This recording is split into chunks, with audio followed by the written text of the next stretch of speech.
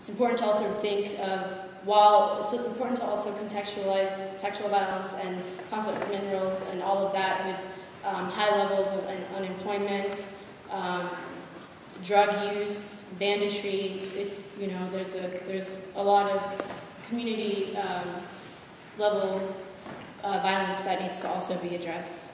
And even though there's been a high level diplomatic support and commitment to this, we have Hillary Clinton talking about it, which has been phenomenal in terms of energizing the field.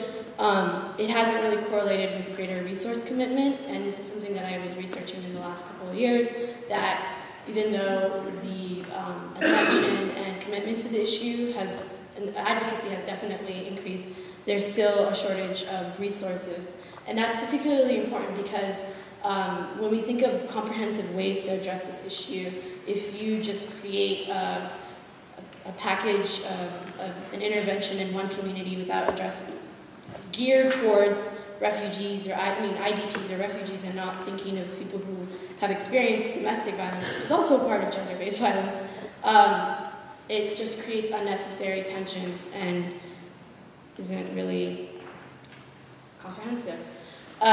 So another area of interest for people when they think of sexual violence in GBV in DRC is the links between that and conflict minerals.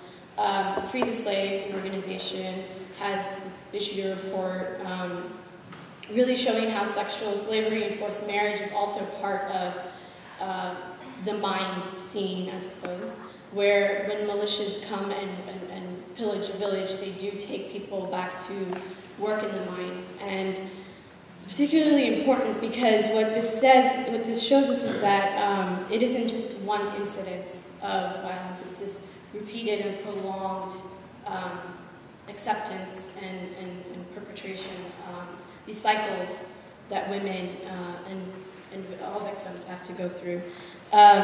So as I'm doing research right now for this foundation, one thing that I'm struggling to comprehend is, even though it's clear that mineral trades is closely financing the war in the East, it's not clear to me that if regulations occur, this will actually prompt a reduction in the incidence of sexual violence, which is, you know, something to think about, and particularly because in light of this recent research that shows civilian adoption of rape, how are you going to address that when you are also doing conflict mineral regulation interventions?